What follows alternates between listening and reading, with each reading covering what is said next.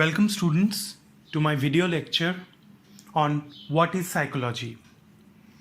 I request you to watch this video more than once so that the concepts get clear. First of all, what is psychology? The word psychology comes from two Greek words. The first one is soul, that is psyche, means soul. And the second one is logos, which means science or study of subjects. So soul and science or study of subjects. So these two things comprises of psychology. So from this we derive a definition, that is, it is a scientific discipline which deals with processes underlying human experience and behavior. So the human experience and behavior, the processes of the human experience and behavior, if it needs to be studied, we have to study it through the scientific ways or the scientific discipline. Okay. Now, we need to understand what a discipline is, what a discipline is all about. So discipline is what it studies. That means psychology. Why we need to study psychology? Means psychology is used to study something. So what it studies, what that something is, that is mental processes, experiences and behavior. The mental processes which we need to study, the experiences and the behavior. So all these three things is being studied by psychology. Okay. And the second one is how it studies, what it studies and how it studies. That what a discipline is. So when we are telling scientific discipline, then there comes two things: what it studies, what are the things it studies with the help of science, and how it studies, the methods. These two are very much important. So this is what discipline is. So after knowing what a discipline is, let us learn the an actual definition of psychology, which is widely accepted. So it is defined as a science. Obviously it is defined as a science which studies three things: mental processes, experiences and behavior in different contexts. So this in different contexts means the different methods. The different methods to study these three things: mental processes, experiences and behavior. I hope it is clear. Now, what a mental process is? Now we need to understand these three things, right? What a mental process is, what a experience is, what a behavior is. So firstly, what a mental process is. It is activities of mind and brain related to cognition. It is what? It is activities of mind and brain. So brain, a human, if we think about human, like there are several types of psychology, right? Human psychology, animal psychology, the living beings. So if we think about human for the time being, human has a brain and a mind. So any activities related to mind and brain, it comes under the mental processes. Clear? Related to cognition. Now this word cognition may be new to you. What is cognition? It is the way we are perceiving. The cognition, how we are perceiving the outside world. Now this we will discuss in detail, but this is a new term which comes into picture, that is cognition. We have to in our further study we will learn this in detail, cognition. Next, what is mental process? It is different from neural activities. So mental process, when we are talking about brain and mind, especially when we are talking about brain, we may think from the biological perspective, we may think that is it is somewhat related to neural activities, but no, It is mental processes and neural activities, both are not same. Neural activities are different from mental processes. Mental processes include reasoning, learning, thinking, problem solving, perception, etc. So what I was telling, cognition. Cognition means how we are perceiving the outside world. How we are perceiving the outside world. And maybe the outside world, or maybe our internal things. It may be outside, it may be internal. So any mental process is actually related to, or it includes reasoning. Reasoning, it includes learning, what we are learning from childhood to every day we are learning. Thinking, every moment we are thinking something. Problem solving, how we are solving a particular problem. Now this problem solving is not only solving a maths problem, solving any real-time problem. Suppose you are having a problem with your writing skills. That problem, how you are solving it. Or suppose you are having a problem to watch this video lecture. So how you are handling it, how you are solving that problem to get your desired work done. So that is problem solving. And perception, how we are perceiving the outside world, how we are perceiving nature, how we are perceiving ourselves. Means what we are, what we assuming, or what we are thinking about, or how we are defining ourselves. So all this includes in the mental processes. Next, we will discuss about experiences. So 3 things we have to discuss. The first one is mental processes, we have already discussed. Then we will discuss now experiences, and then we will discuss behaviors. So first is experiences. So what is experiences? It is subjective in nature and different for every individual. Obviously, if I ask you how was your experience in class 10? So it will be subjective in nature, not objective, but it will be rather subjective in nature and different for every individual. If I ask you how was your experience in class 10, it will be different for you, it will be different for your friend, it will be different for everyone else. There may be some similarity, but overall there will be different things coming up, right? We cannot directly observe or know someone's experiences. That's very important point. I cannot understand, or I cannot observe or know your experiences. How was your experience in class 10? That can only be said by you. I cannot define that, or I cannot say that. Next is, only the experiencing person can be aware or conscious about her or his experiences. What I said. Only you can say, what was your experience in class 10? I cannot say that. Nobody else cannot say that. Not even your parents can say that. Not even your friends can say that. Only you can say that. Your experiences are only yours. And you can describe that. Okay? You can be aware of that. You can be conscious of that. Now, what is the difference between awareness and consciousness? We will discuss in the further topics. It is influenced by internal or external conditions. So, your experience in class 10 is influenced by external conditions like the society, the nature, the weather, everything. Right? And your internal conditions as well. How was your mood? How you are thinking? Everything is related, right? It is important because most of our learning is based on experiences. So experience is very much important. Everywhere, in every phase of life, experience is very much important. So psychology talks about experiences because psychology talks about mental processes. And mental processes means learning.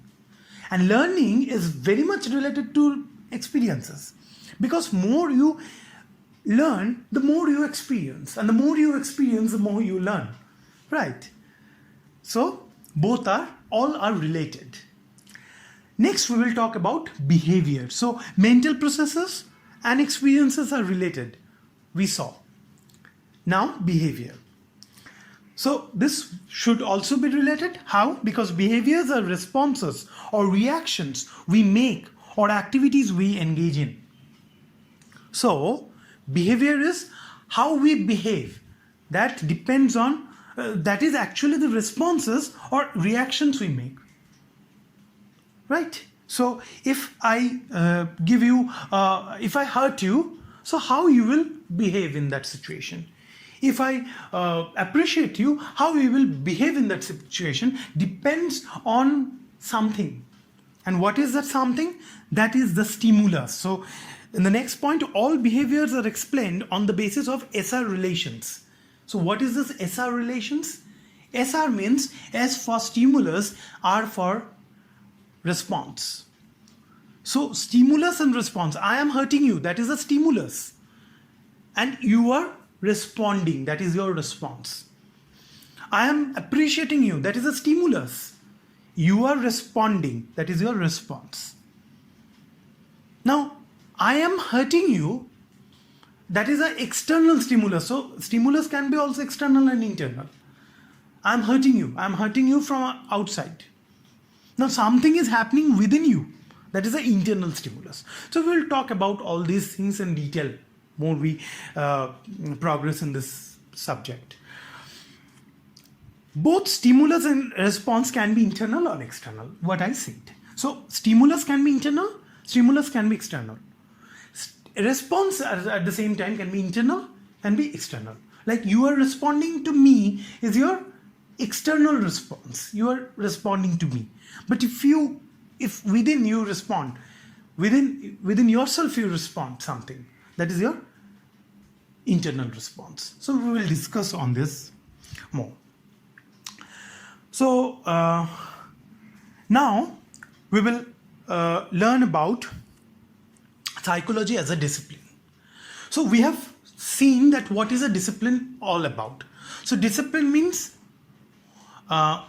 what to study and how to study. So we have learned about what is a discipline. So discipline is what to study and how to study. So psychology as a discipline we will learn now. Now first point on psychology as a discipline is it seeks to understand and explain how the mind works and how different mental processes result in different behaviors.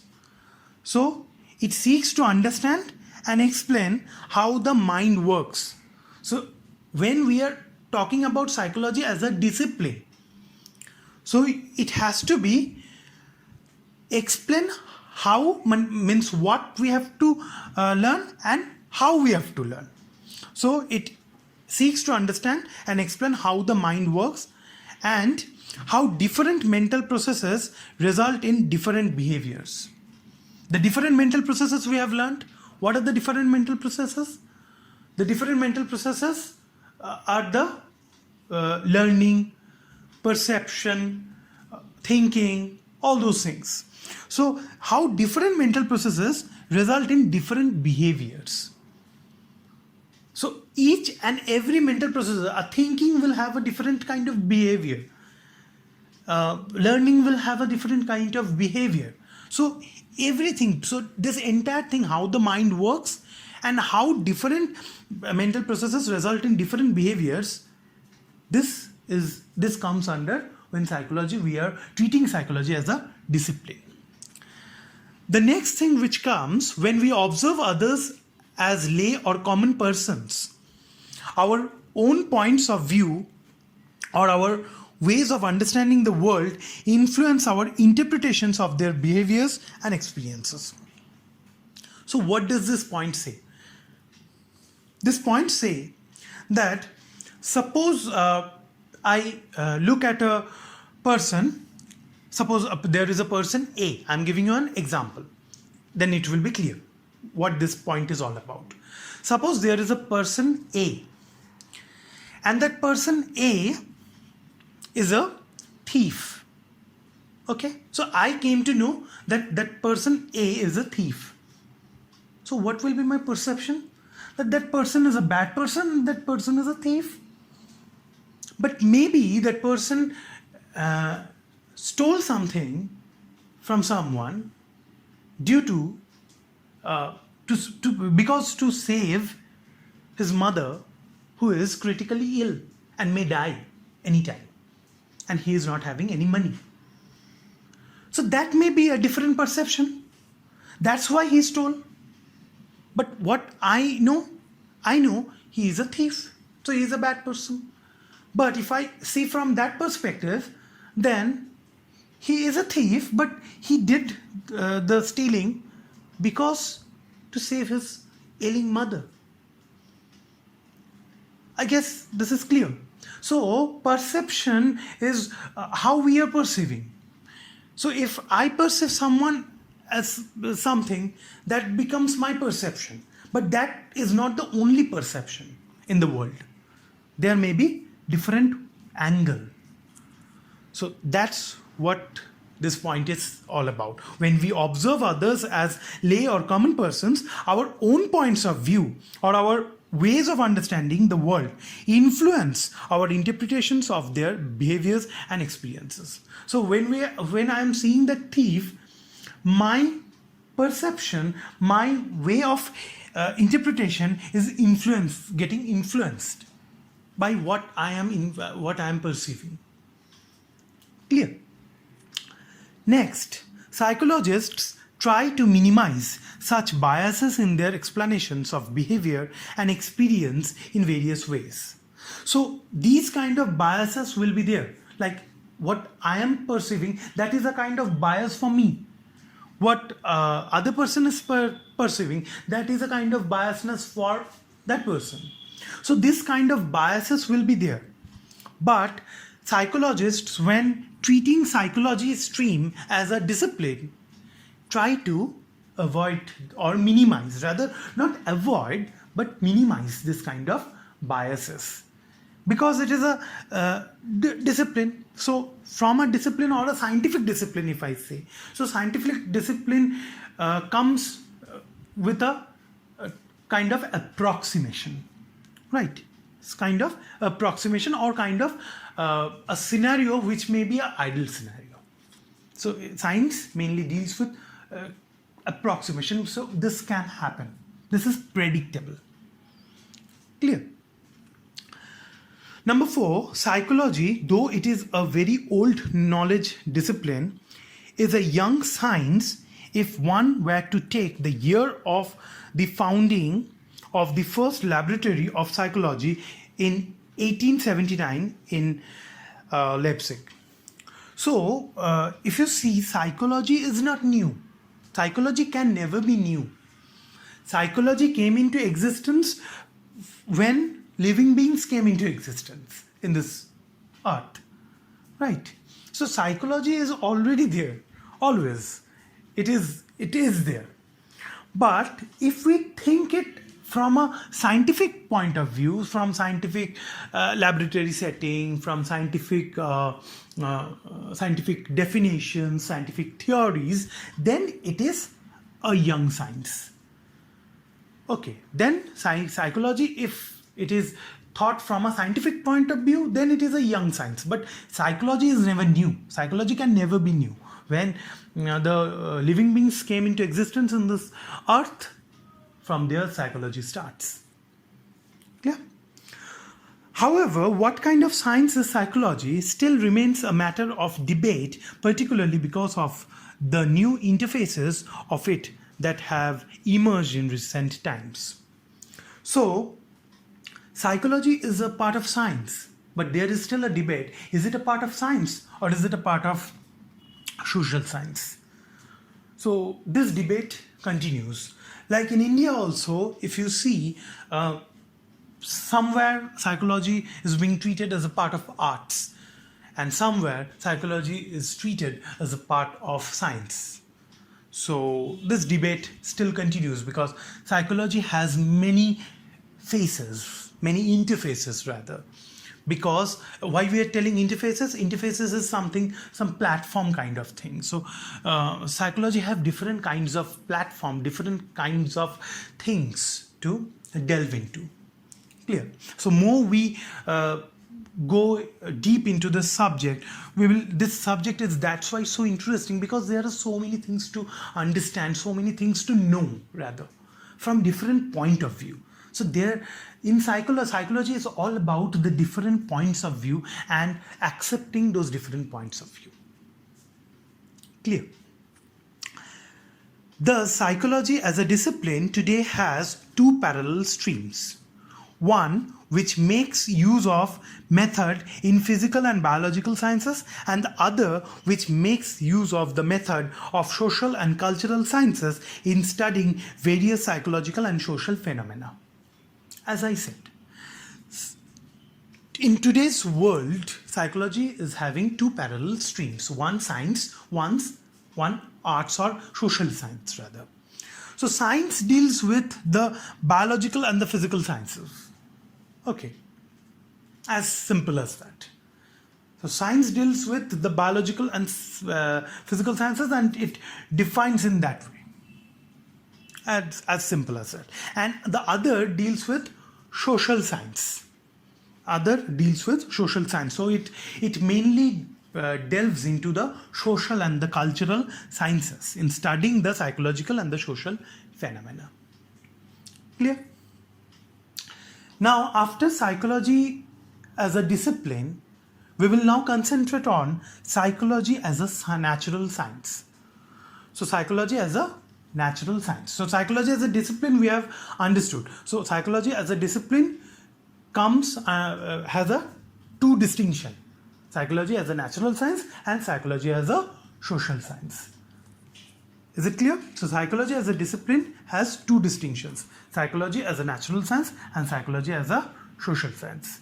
So the first thing which we will concentrate on is psychology as a natural science. So there are two disciplines: natural science, social science. So the first one is psychology as a natural science. Psychology has its roots in philosophy. What I said, that psychology can never be new. So psychology has its roots in philosophy. So philosophical thoughts, philosophical ideologies. Modern psychology has developed because of the application of the scientific method to study psychological phenomena. So why modern psychology has come? Why a young science has come? Because of the inclusion of science. Psychology primarily was never science. Psychology was all about social, cultural, everything. But when there is an inclusion of science, when science came into existence to understand the psychological phenomena, then it became the young science of the modern psychology. Psychology, influenced by Descartes and later on by the developments in physics, has grown by following what is called a hypothetico-deductive model. So when science came into existence, there came a psychological model, or the scientific model, which being used by psychology in the psychology trade, that is hypothetico-deductive model. So what is this model all about? The model suggests that scientific advancement can take place if you have a theory to explain a phenomena. So the model suggests that scientific advancement can take place if you have a theory to explain a phenomena. So I can explain a psychological phenomena with help of a scientific theory, and if I can explain a psychological phenomena with help of a scientific theory, then scientific advancement can be done, or then we can say the science is getting advanced. Based on a theory, scientists deduce or propose a hypothesis. Now, what is a hypothesis? Hypothesis is not the exact result, but if I say from a very straightforward point of view, hypothesis is not the exact result. It can be the approximate or predictable result.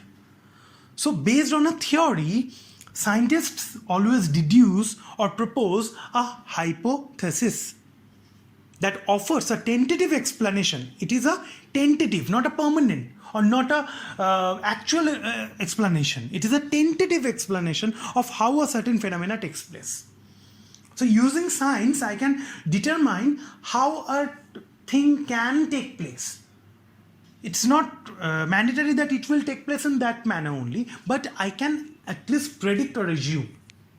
That's what science is all about. The hypothesis then is tested and proved true or false based on empirical data that one has gathered. So, based on the actual data, a hypothesis, a thoughtful result, can be true, can be false. It may be true, it may be false, but we can create a hypothesis. So that what came when psychology was treated as a natural science. So in psychology also, some various psychological phenomena is now also being explained based on the scientific theories with the help of hypothesis. Hypothesis means the result which is not actual, but it is a thoughtful result or a predictable result based on the theory. The theory is revised if data gathered point in a different direction than the one suggested by the hypothesis. So theory can always be revised based on the data, but this is how it works. So based on a theory, I can explain a psychological phenomena with help of a hypothesis, and then based on the hypothesis, I can use, based on the theory and the hypothesis, I can use empirical data to prove that hypothesis is true or false. Using the above approach, psychologists have developed theories of learning, memory, attention, perception, motivation, and emotion, etc., and have made significant progress. So when the psychology is being treated, it's being treated as a natural science, when the psychology is being treated as a natural science, then psychologists have started developing theories on different aspects of mental processes like learning, memory, attention, perception, all these things. And obviously they have made significant progress because they were continuously creating hypotheses and was testing with empirical data. Clear? So this is what psychology as a natural science all about. So if we go again a few minutes back, we have discussed that psychology as a discipline. So psychology as a discipline has two demarcations. So one demarcation is psychology as a natural science, and the second demarcation is psychology as a social science. So psychology is recognized more as a social science because it studies the behavior of human beings in their socio-cultural contexts. So obviously psychology is a natural science, but it studies the behavior of human beings in their socio-cultural contexts. So that's why psychology is more about a social science. Now, humans are not only influenced by their socio-cultural contexts, they also create them. So if I give an example, like if a calamity occurs in a same socio-cultural society, in a same society, say for example, if a calamity occurs, that may be a natural calamity or any kind of calamity, different people will act differently. Some people will help others, some people will help only themselves, some people will not think of anybody else, some people will just sit and cry. So there are different people who will be acting differently. So this different people acting differently, this comes under psychology as a social science, because the socio-cultural contexts are coming into picture. So different people in the same society is acting as, in a same culture also acting differently when a external stimulus comes into picture. Now, psychology as a social science discipline focuses on humans as social beings. So, humans are being treated as social beings. So, humans are always a part of a society, always a part of a culture. This thing is being treated when psychology is thought as a social science or being studied as a social science. Psychology deals with human behavior and experience in the context of their society and culture. What I said. So, psychology deals with human behavior and experiences, how people will behave in a certain situation. A calamity occurs. That is a external stimulus. A calamity occurs. And how on that calamity, on the stimulus, the people are responding. So SR. Remember SR model or SR reactions? So stimulus response reactions. So how people will react.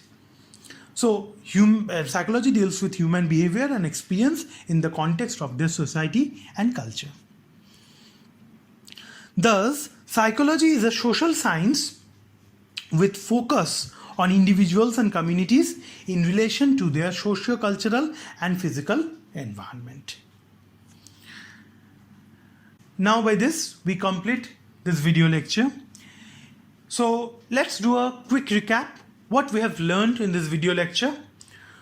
What is psychology? So we have learned what is the definition of psychology and from where psychology comes into existence. The word psychology comes into existence. We have learned about what is discipline. What is discipline all about? We have learned about mental processes, the experiences, and behavior. We have learned psychology as a discipline, and under psychology as a discipline, we have learned psychology as natural science and psychology as a social science. So by this, we come to the end of this video lecture. Hope you have understood and enjoyed this video lecture. If you have any queries regarding any portion of this video lecture, you can get back to me. My mail ID is sandipanthehealer@gmail.com. You can mail me your queries in regard to this video lecture to this mail ID. And keep watching my other videos. Thank you so much.